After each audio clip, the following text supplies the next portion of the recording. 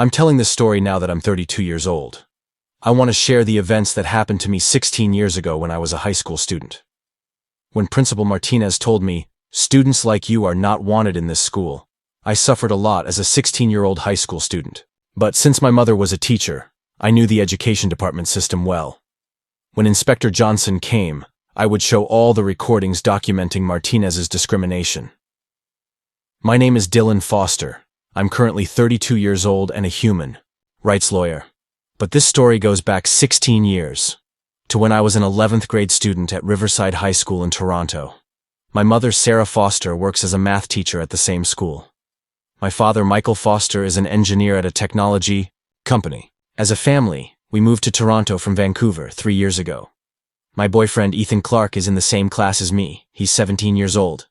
We work together in the art club and have been together for 8 months. We both openly state that we're gay, and this is legally protected in Canada. Principal Carlos Martinez is 48 years old, came to the school from Spain 2 years ago. He has a conservative background and has very old-fashioned views about LGBTQ+ rights. He doesn't really embrace the Ontario Ministry of Education's inclusive education policies. Problems started last semester. The first sign was the moment Martinez saw Ethan and me walking hand in hand in the school corridor. The expression on his face wasn't very pleasant. "Mr. Foster, Mr. Clark, come to my office." In his office, he started lecturing us. "Children, there are appropriate behavior rules in the school environment." "Principal Martinez, we didn't violate any rules," I said. "Dylan, your hand-holding might disturb other students." "Which other students?" "No one complained," said Ethan. "We won't discuss this matter. Be more careful." This warning seemed very strange because heterosexual couples at school were constantly holding hands. The second incident happened a week later. When Ethan and I kissed in the cafeteria line, Martinez saw us. "Foster, Clark, to my office immediately." Was very angry in his office. "What disrespect is this?" "Principal Martinez, we just kissed." "This is normal behavior," I said. "Normal? This school is an institution with family values." "Principal Martinez, we also have family values," said Ethan. Your situation is different. These behaviors are unacceptable." "Why are they unacceptable?" "We have equal rights in Canada," I said. "Dylan, I'm the principal of this school. I make the rules, but Ministry of Education policies are applied through my interpretation. This was very wrong. My mother had told me that the Ministry of Education had clear policies protecting LGBTQ+ students. The third incident was more serious. We were preparing a project on LGBTQ+ history series in the art club. Martinez canceled our project. "This project is inappropriate." "Why is it inappropriate, Principal Martinez?" asked club advisor Mrs. Thompson. "Because it contains controversial topics." "LGBTQ+ history isn't controversial, it's real history," I said. "Dylan, you can't be objective about these topics." "Why can't I be objective?" "Because you have personal interests." Mrs. Thompson intervened. "Principal Martinez, this project has educational value." "Mrs. Thompson, I've decided." Project canceled. This was clear censorship. The fourth incident happened at Ethan's birthday party. It was a private event outside school, but Martinez was disturbed by this. "Foster, I saw your social media posts." "Which posts, Principal Martinez?" "Birthday party photos. There's inappropriate content." "What do you mean inappropriate?" "We were just celebrating with friends." "Dylan, you're a student at this school. Your behavior affects the school." "Principal Martinez, my private life is not up to you. It affects..." "Dylan, you're setting a bad example for other students." "What bad example?" This lifestyle isn't normal." There it was. Finally, his real thoughts had come out. "Principal Martinez, this is discrimination. I'll talk to my mother." "Dylan, talk to your mother all you want. I'm the principal of this school." That night, I told my mother everything. "Mom, Martinez is discriminating against me." "Dylan, this is a very serious accusation. Are you sure?" "I'm sure, Mom. He constantly targets me." "What does he say?" "That I'm not normal? That I negatively influence other students?" My mother got very angry. "Dylan, this is unacceptable.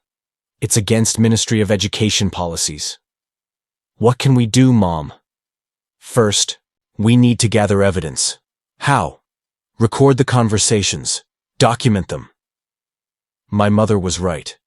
I needed to prove Martinez's discrimination. Starting from the 5th week, I downloaded a phone recording app. I started recording every conversation with Martinez. The first recording was very revealing. Martinez had called me to his office again.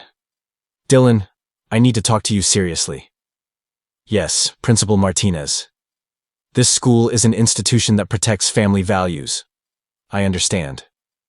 You and your partner aren't behaving according to these values. Which values aren't we behaving according to? Normal family structure. Mother, father, child. Principal Martinez, there are different family types. No Dylan. Only one type of family is correct. This conversation was completely discriminatory and had been recorded. The second recording was even more shocking. Martinez had warned me about a class change. Dylan, I'm thinking of moving you to another class. Why? Because you're creating a negative impact in your current class. What negative impact? Other students might take your behavior as an example. Which behaviors? They might think this lifestyle is normal. My lifestyle is normal, Principal Martinez. No, Dylan, it's not. And I can't allow this. This recording showed Martinez's real intentions. The third recording was the most shocking. Martinez's conversation with the guidance counselor. Mrs. Davis, I have concerns about Dylan Foster. What kind of concerns? This child is influencing other students. In what way? He's spreading his abnormal behaviors. Dylan is a very successful student. Academic success isn't enough. Moral values are also important. Martinez, I don't see a moral problem in Dylan. Mrs. Davis, he's gay. This is a problem. This isn't a problem. It's identity. It's a problem for me. In this conversation, Martinez had clearly stated his homophobic attitude. The fourth recording became even more serious. Martinez threatened to send me to the disciplinary board. Dylan, this is my last warning. About what, Principal Martinez? These behaviors of yours need to stop. Which behaviors? Your relationship with Ethan.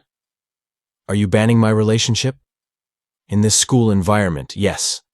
This is against the law. Dylan, do you want to be sent to the disciplinary board? On what grounds? Disrupting school order. What order am I disrupting? Moral order. This threat had also been recorded. The fifth recording revealed Martinez's real plan. He wanted to transfer me to another school.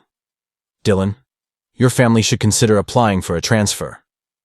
Why? This school isn't suitable for you. Why isn't it suitable? Because you don't fit our values. Which values? Traditional family values. Principal Martinez, I'm Canadian. I have equal rights. You have rights, but using them in this school isn't appropriate. This is discrimination. This is reality, Dylan. I now had enough evidence. Martinez's systematic discrimination was very clear. I talked to my mother. Mom, I have 2 months of recordings. Martinez is clearly discriminating. Dylan, this is very strong evidence. What will we do? Let's complain to the Ministry of Education. Right, but let's try the school board first. Won't the school board side with Martinez? Dylan, some might be fair. It's worth trying. We filed a complaint with the school board, but the result was disappointing. Board Chairman Mr. Peterson listened to us, but protected Martinez. Mrs. Foster, these are serious accusations. Mr. Peterson, there are voice recordings. Recordings can be taken out of context. What context? Martinez is trying to maintain discipline. This isn't discipline, it's discrimination. Mrs. Foster, I know Martinez very well. He's not discriminatory. This was clearly a cover-up. Mom, the school board is also on Martinez's side, I said. Dylan, it's time to complain to the Ministry of Education. We filed an official complaint petition with the Ontario Ministry of Education. We also attached the voice recordings. 2 weeks later, the response came. Inspector Johnson would conduct an investigation at our school. Mom, the inspector is coming. Dylan, very good. Johnson is very experienced. What will happen now? The inspector will meet with Martinez. He'll examine your complaints. Will he listen to the recordings? Of course. This is very strong evidence. Inspector Johnson's arrival was a week later. Martinez looked very tense. Foster, you'll meet with the inspector. Yes, Principal Martinez. Be careful about what you'll say. I'll tell the truth. Dylan, sometimes truth can be subjective. This truth is objective. It was obvious that Martinez was worried. Inspector Johnson is 45 years old, an experienced educator. He's been working at the Ministry of Education for 15 years. First, he met with me. Dylan, tell me about your complaint. Inspector Johnson, Principal Martinez is discriminating against me. What kind of discrimination? He's targeting me because of my sexual orientation. Do you have evidence? I took out my phone. 2 months of voice recordings. Can I listen to them? I played the first recording. Martinez's normal family structure conversation was heard. Johnson's face became serious. Continue. Second recording. They might think this lifestyle is normal. This is very clear discrimination, said Johnson. Third recording. He's gay. This is a problem. Johnson was shocked. Did Martinez say this? Yes, Inspector, and there's more. After listening to all the recordings, Johnson was very angry. Dylan, this is unacceptable. Martinez has clearly discriminated. What will happen now? I'll meet with Martinez. Then I'll write a report. What does the report mean? I'll inform the Ministry of Education about Martinez's situation. This was very hopeful. Johnson's meeting with Martinez was very tense. Shouting could be heard from the corridor. Mr. Martinez, these recordings are very serious. Mr. Johnson, these conversations are taken out of context. What context? You've clearly discriminated. I'm trying to maintain school order. School order isn't maintained through discrimination. The meeting lasted 2 hours. Martinez came out very pale. Johnson, also talked to my mother, Mrs. Foster. I've identified very serious violations. What kind of violations? Martinez has violated Ministry of Education policies. What will the result be? A disciplinary investigation will be opened. What could Martinez's punishment be? At most, dismissal from duty. This was a very strong development. A week later, the official response came from the Ministry of Education. An investigation had been opened about Martinez. Martinez changed a lot. He no longer talked to me at all. He ignored me. Other students were curious about the situation. Dylan, what happened to Martinez? He's acting very strange. He has some problems. Is it related to you? You could say that. 2 weeks later, the result came. Martinez was given a 6-month suspension. Mrs. Wilson was appointed as temporary principal. She was much more understanding. Dylan, I heard what you went through. I'm very sorry. Thank you, Mrs. Wilson. Such things won't happen at this school anymore. Really? I promise. Everyone will receive equal treatment. Mrs. Wilson kept her word. The school environment completely changed. An LGBTQ+ club was established. Our art project was approved. Ethan and I could walk around comfortably. Dylan, you did something historic, said Ethan. What do you mean? You brought LGBTQ+ rights to this school. We brought them, Ethan. You were with me too. You showed courage. You thought of recording. My mother was also very proud. Dylan, you acted very maturely. Mom, you supported me. But the courage was yours. Mom, what is Martinez doing now? I heard he's taking tolerance training. Really? Yes. The Ministry of Education made it mandatory. Months later, Martinez returned. But he had changed a lot. When we first met, he acted very differently. Dylan, can I talk to you? Of course, Principal Martinez. I came to apologize to you. Was surprised. Apologize? Yes. My behavior toward you was wrong. Which behaviors? Discrimination. Targeting you because of your sexual orientation. This was very painful. I know, Dylan. I'm very sorry. Why did you act like that? I was a prisoner of my old thoughts. I grew up with wrong values. This isn't an excuse. You're right. It's not an excuse. But now I understand how wrong I was. Really? Yes, Dylan. You're a wonderful student. Your sexual orientation doesn't change that. I wasn't expecting to hear such words from Martinez. Principal Martinez, I just want to be myself. And you will, Dylan. You brought a lot to this school. What did I bring? Courage, justice, equality. This conversation was very positive. In the following months, Martinez really changed. He supported the LGBTQ+ club. He actively implemented equality policies. Dylan, would you like to organize Diversity Week? Really, Principal Martinez? Yes. You're very knowledgeable about these topics. This would be great. Dylan, you taught me a lot. In senior year, Martinez wrote me a reference letter. Dylan, I praised you a lot in this letter. Really? Yes, you'll be a wonderful leader. Thank you, Principal Martinez. I thank you, Dylan, for opening my eyes. At the graduation ceremony, Martinez gave a speech. This year, I learned a lot. I received my greatest lesson from my students. He was looking at me. I learned to overcome prejudices, to defend justice. Some students don't just take lessons, they also give lessons. After his speech, he came to me. Dylan, I'm very proud. Thank you. You're the pride of this school. I went to University of Toronto. I decided to study law. Why law, Dylan? Asked my mother. I want to fight for justice. Did the Martinez incident influence this? Yes, Mom. I saw how the system can change. Years later, Martinez came to visit me. Dylan, how's university going? Very well, Principal Martinez. I'm studying law. This is great. You were born for justice. You've changed a lot too. You changed me, Dylan. Everyone can change. You taught me that. 3 years later, I started teaching LGBTQ+ rights courses at law school. Martinez had heard and came to listen to the class. Dylan, this class is wonderful. Thank you. Would you like to contribute too? Me? Yes. You could tell your change story. This would be very valuable. Martinez shared his experience with the students. I used to be prejudiced, but Dylan taught me the truth. How did he teach? Asked a student. With his courage. By defending justice. Did you change? Completely. Now I'm an LGBTQ+ rights advocate. Years later, I graduated from law school. I became a human rights lawyer. Martinez came to my graduation ceremony. Dylan, I'm very proud. It's all thanks to you. How thanks to me? You taught me justice. You taught me to struggle. Dylan, you taught me much more. Years later, I opened my own law firm. I specialized in LGBTQ+ rights. Martinez came to the opening. Dylan, look how far you've come. This journey started in high school years. Those voice recordings? Yes, those recordings changed everything.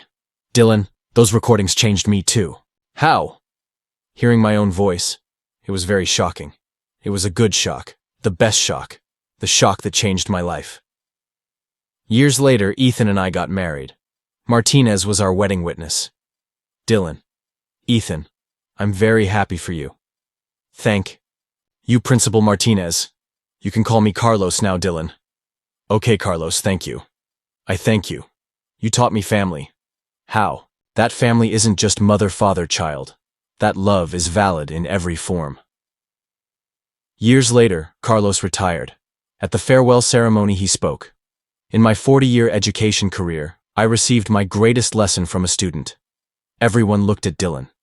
Dylan, Foster taught me courage. He taught me that change is possible. Those voice recordings didn't just punish me, they transformed me. Now I also support LGBTQ+ youth. Years later, Carlos and I wrote a book together. Voice Recordings, A Story of Change. Dylan, this book will help thousands of young people. I hope so, Carlos. At least they'll learn how they can change the system. You taught me to change the system. You taught me that change is possible. Years later, Carlos and I started giving education in LGBTQ+ schools. Dylan, this work is very meaningful. Yes, Carlos. So other young people don't experience what we experienced. You taught me to serve. Carlos, we all learn from each other. But years later, today I think about those days. The day Inspector Johnson came was the turning point of my life. Those voice recordings didn't just punish Martinez. They completely changed him. They created awareness about LGBTQ+ rights at Riverside High School. I'm now 26 years old, a successful human rights lawyer. Ethan and I have a happy marriage. Carlos is one of our closest friends. My mother still works as a teacher at the same school. Mom, Do you remember those days? Of course, Dylan. You were very brave. You supported me. But you thought of recording. Mom, isn't it strange that we're friends with Carlos? No, Dylan. People can change. Carlos proved that. Carlos visited us last month. Dylan, Ethan, how are you? We're very well, Carlos. How are you? Perfect. This week I gave LGBTQ plus training to 20 teachers. This is great. Dylan, those voice recordings didn't just change me. Now they're changing others too. This is very meaningful, Carlos. You taught me the power of transformation. 11 years later, we decided to adopt a child. Carlos gave our reference. Dylan and Ethan will be wonderful parents. Really, Carlos? Of course. You know love, you know justice. Thank you. I thank you. You taught me family. Little Oliver is now 2 years old. He loves Carlos very much. Carlos, Grandpa, he runs to him. Carlos hugs him. Hello, little one. Carlos, Oliver loves you very much. I love him very much too. He's like my grandson. 12 years later today, my mother and Carlos work together. They mentor LGBTQ plus students together. Mom, how is working with Carlos? Great, Dylan. He's really changed. You used to not like him at all, because he treated you badly, but now he's very different. How different? Very understanding, supportive. He's the biggest advocate for LGBTQ plus students. People can really change, Mom. You prove that, Dylan. 3 years later, Carlos and I established a scholarship fund called Foster Martinez. LGBTQ plus scholarship. Dylan, this scholarship should bear your name. No, Carlos. It will bear both our names. But you started this change. You continued it. This is partnership. Dylan, you taught me partnership. The scholarship fund supported the university education of 50 LGBTQ plus youth in its first year. Years later, we went to Carlos's 70th birthday celebration. In his speech, he said, "In my 40-year education career, my greatest achievement was meeting Dylan Foster. Dylan gave me the greatest lesson. Overcoming prejudices is possible. Those voice recordings didn't judge me, they saved me. Now I'm trying to save other young people too." These words were very moving. Years later, Oliver is 5 years old, curious about Carlos's story. Dad, was Carlos Grandpa bad before? No, son, he just had wrong information. What happened then? He learned the truth and changed. Can everyone change? Yes, Oliver, everyone can change. But if they want to. Did Carlos Grandpa want to? Yes, he wanted to very much. Oliver loves Carlos very much. Carlos also sees him as a grandson. Years later, today I think about those voice recordings. The moment Principal Martinez said, "Students like you are not wanted in this school," was one of the most important moments of my life. Those recordings didn't just ensure justice, they completely transformed a person. Carlos Martinez transformed from a homophobic principal to an LGBTQ plus advocate. I'm now 32 years old, a successful lawyer, someone with a happy family. Carlos is 72 years old, still an active LGBTQ plus advocate. I was talking to my mother. Mom, could you have thought that Carlos would change this much in those days? Never, Dylan. He was very rigid, but he changed. You changed him. No, Mom, he changed himself. I just held up a mirror. Dylan, you gave him a chance to change. Everyone deserves this chance, Mom. I was talking to Ethan. Dylan, did Carlos change because you forgave him? Maybe, Ethan. Forgiving is a powerful weapon. You're a very big-hearted person. Ethan, I just wanted justice. Carlos understood that too. The most important lesson I tell Oliver as he grows up is this. Justice is possible, change is possible, and voice recordings can sometimes save lives. Carlos celebrated his 72nd birthday last week. At the party, he said, "Dylan, you became my second birth. I was reborn at 48. Carlos, you also became my greatest teacher." How? You taught me that it's never too late to change. You taught me to change, Dylan. Today there's a Dylan Foster Equality Institute in Toronto. Having my name given to this institute makes me very proud. The words Inspector Johnson said when he retired last year I'll never forget. In my 40-year career, the most effective change I saw was the Martinez incident. Dylan's courage didn't just ensure justice, it transformed a person. I was talking to Carlos. Carlos, who would have thought we'd be friends one day? Dylan, you gave me the most beautiful surprise. We became friends, not enemies. We were never enemies, Carlos. We just misunderstood each other. You led me to understand correctly. 7 years later, at the end of this story, I understand this. That day when I heard about Inspector Johnson's arrival, I was aiming to end Carlos's career. But, in reality, something much bigger happened. I changed Carlos's life, changed the school, affected the future of thousands of students. The voice recordings were used not to punish Carlos, but to change the system. And in the end, we all won. Carlos is now playing with Oliver, whom he loves, like a grandson. That homophobic principal is now our child's favorite grandfather. Dad, says Oliver, could Carlos' grandpa really change? Yes, son. Because he wanted to change and made an effort. Then everyone can change. Exactly, Oliver. Everyone can change. The most beautiful part of this story is this. Instead of taking revenge, I chose justice. Instead of destroying Carlos, I gave him a second chance. And that chance changed our lives. Today, Carlos is 72 years old. I'm 32 years old. Ethan and I have a happy 15-year marriage. We have a wonderful son. I'm a successful lawyer. Carlos is the biggest advocate of tolerance.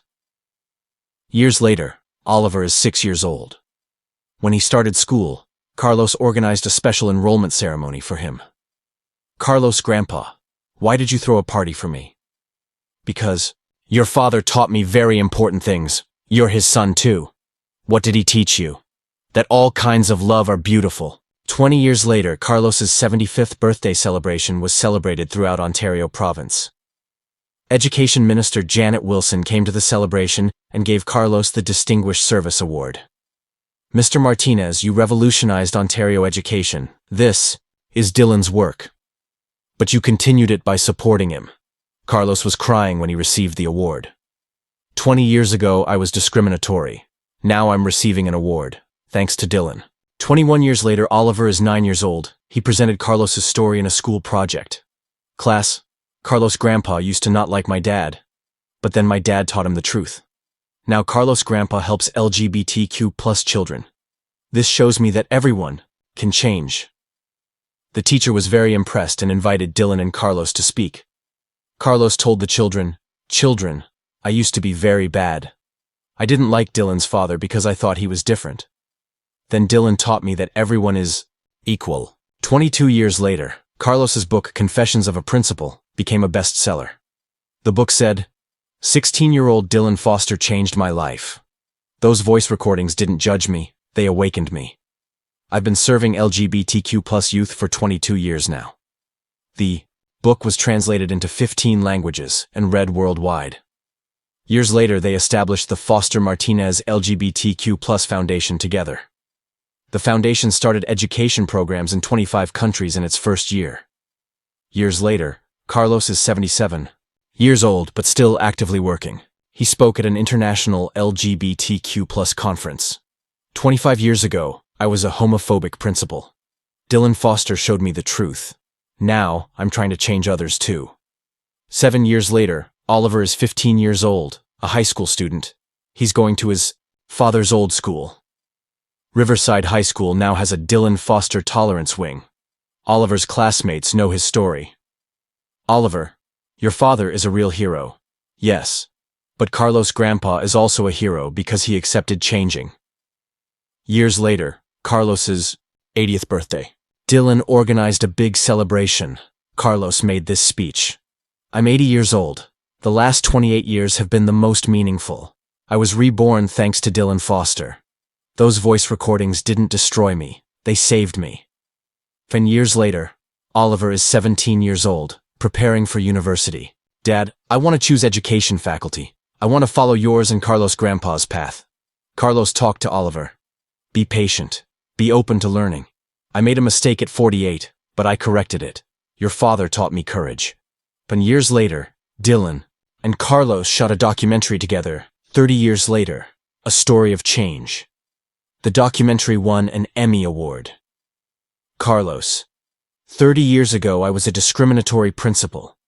Dylan taught me forgiveness. Dylan. Carlos showed me that change is possible. Instead of taking revenge, we chose transformation. Years later, Oliver graduated from university. He graduated first from the education faculty. He spoke at the graduation ceremony. My father, Dylan Foster, taught me justice. Carlos Martinez, Grandpa taught me change. Voice recordings aren't just evidence. They can be the beginning of change. Years later today, Dylan is 48 years old. Carlos is 84 years old. Oliver is 20 years old, in his first year of teaching. Oliver now works as a teacher at Riverside High School. He teaches in his father's old classroom. Students. 32 years ago, a student in this classroom was discriminated against. That student was my father, Dylan Foster. He sought justice with voice recordings and changed the principal. That principal is now Carlos' grandpa, my best friend. This teaches you that everyone can change. At the end of this story, I understand this. Those voice recordings didn't just punish Martinez, they completely transformed him. For 32 years, Carlos Martinez has been the biggest supporter of LGBTQ+ youth. Dylan Foster is now an international human rights lawyer. Oliver Foster is a young educator, following in his father's and Carlos's footsteps. And this story is passed down from generation to generation. Because voice recordings sometimes aren't just evidence. They can also be the beginning of change and friendship.